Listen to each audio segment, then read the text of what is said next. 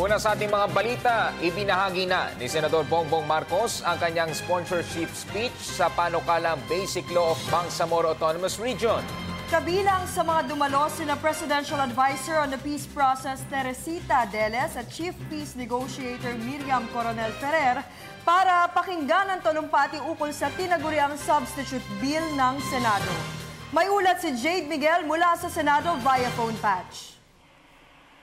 Yes, pasado alas 5 nga ngayon, ibinahagi ni Senador Bongbong Marcos ang kanyang sponsorship speech sa plenaryo ukol sa panukalang tinawag Basic Law of Bangsamoro Autonomous Region. Dito makikita natin na dumating sa OPAP Secretary Ging Deles, Government Chief Peace Negotiator Miriam Ferrer, MILS Chief Peace Negotiator Moger Iqbal at ilang Kristiyano na organisasyon upang mapakinggan ang naturang talumpati. Dito binigyang diin ni Marcos ang hangarin na magkaroon ng pangmatagalang kapayapaan sa bansa, partikular sa Mindanao.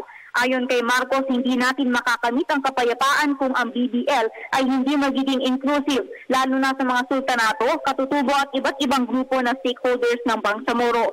Hindi lang daw dapat nito mabenepisyo ang mga partikular na grupo tulad ng MILF. Binigyang alaala din dito ang nangyaring trahedya sa Mama sa Pano noong Enero na nagbukas para sa mas mapag-aralang mabuti ang panukala. Mahalaga raw na maipasa ang isang batas na karapat-dapat na makapagbibigay ng hustisya sa mga biktima o mga miyembro ng SAP 44. Sa kabilaan niya ng mga nakita nilang unconstitutional issues ng panukala, pa rin daw ang senador na nararapat na maipasa ang BBL, ngunit dapat daw itong maging alinsunod sa konstitusyon.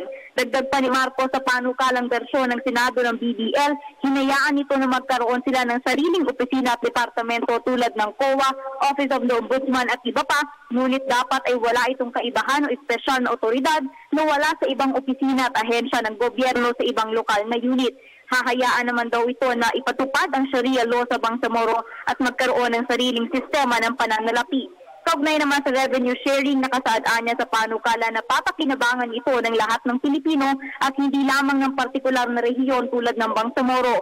Siniguro rin ni Marcos na ang panukala ito ay hindi hahayaan na tuluyang maging independent state ang Bangsamoro. At yan muna ang pinakahuling balita mula dito sa Senado. Ako po si Jade Miguel nag-uulat para sa Telebisyon ng Bayan. Maraming salamat, Jade Miguel.